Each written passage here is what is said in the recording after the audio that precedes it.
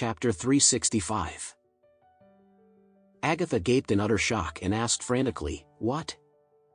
Paisel, what are you talking about?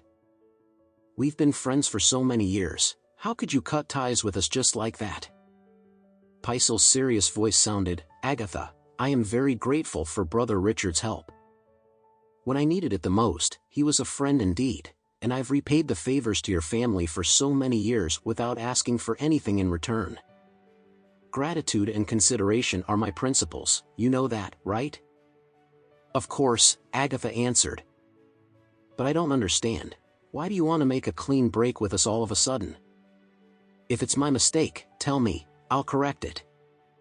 "No, Agatha, it's not your fault. Actually, it's your son, Sean." "Sean," Agatha said in surprise. "What about him? Did he offend you?" "But he's in Orris Hill right now." "Yes. I'm in Orris Hill too," Paisel said earnestly, "and I saw Sean. To be honest, he didn't do anything to me, but he offended my savior. The man is very important to me, so much so that I owe him my life. So, for the sake of gratitude to my savior, I have to draw a line with the Richard family. Sorry." Agatha's heart skipped a beat in panic. Oh dear, had her son actually enraged Paisel in Orris Hill? That bastard.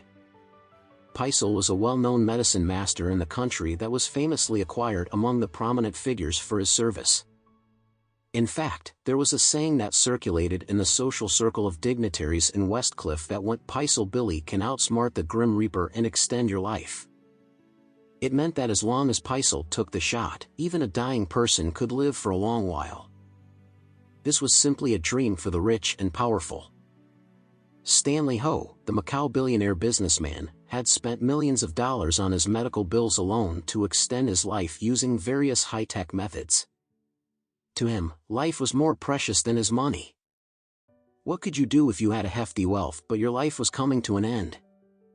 You would end up the same as the rest of the people, laying in the wooden coffin and buried 6 feet under. Hence, the more powerful and rich a person was, the more desperately he yearned for Paisel. All the rich and powerful in Westcliff were envious of the Richard family due to their close friendship with Paisel. It would be a very difficult task to seek treatment from Paisel no matter how much they were willing to spend, but due to their acquaintance with Paisel, he would visit the Richard family annually for a medical checkup and treatment. Agatha's husband, Sean's father, had been diagnosed with cancer a decade ago. Thanks to Paisel's effortless care and treatment, his life was prolonged for a few more years, and he had only passed away last year at the age of 86. Agatha hoped that she could live to her 90s or even over 100 years old with the help and support from Paisel, but instead, she received the bad news that knocked her socks off. She frantically pleaded, "Paisel, please, I beg you, please don't lower yourself to Sean's level and be offended by him. He is your junior, after all. I hope you can forgive him for whatever he did you wrong by. I'll call him later and teach him a lesson, then I'll ask him to apologize to you."